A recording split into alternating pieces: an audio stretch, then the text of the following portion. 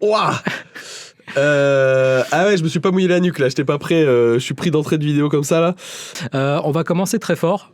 Allez, avec une dans l'esprit. unpopular opinion. Dallas gagnera un titre avant Luka Doncic. Ouah. Ah ouais, je me suis pas mouillé la nuque là, j'étais pas prêt, je suis pris d'entrée de vidéo comme ça là. J'ai voulu commencer par une première take assez forte, assez puissante. Très bonne take. Et bah tu sais quoi, ça se réfléchit en vrai. Hein.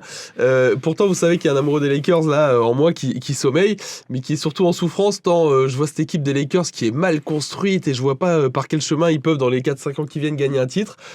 Bon, tu me diras Dallas non plus, mais vu les délais dont on parle, ouais, je vois pas de scandale dans cette take en vrai, moi. Mais tu sais, avec ces dernières années, on a vu des équipes grimper très très vite les échelons. Ouais. Tu vois, les Pistons, OKC, les Spurs cette année. Bien sûr. Tu te dis, dans 5 ans, Dallas joue une finale NBA.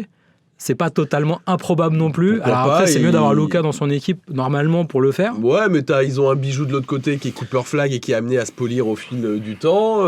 Ça va attirer du monde, ils peuvent drafter, ils peuvent recruter. Ils ont toujours Kyrie quand même qui est dans les parages, c'est pas rien. Écoute, là si tu me demandes si dans les 5 ans qui viennent, moi je pense qu'aucune de ces deux franchises sera championne. Je sais qu'avec les Lakers, il faut quand même toujours faire gaffe parce qu'ils sont capables de faire venir Giannis, j'en sais rien, de recruter. Donc on va quand même garder un peu les pieds sur terre là-dessus. Quand tu parles des Lakers, ça peut toujours recruter du lourd. Mais en vrai, si tu me dis que là dans 5 ans Dallas est champion, que les Lakers n'ont toujours pas été, bon bah j'en perds pas mes cheveux quoi. Hein. Ouais, c'est pas le truc totalement improbable non plus. Je pense que c'est un hater de Luka quand même qui nous a envoyé cette. Un mec qui souffre.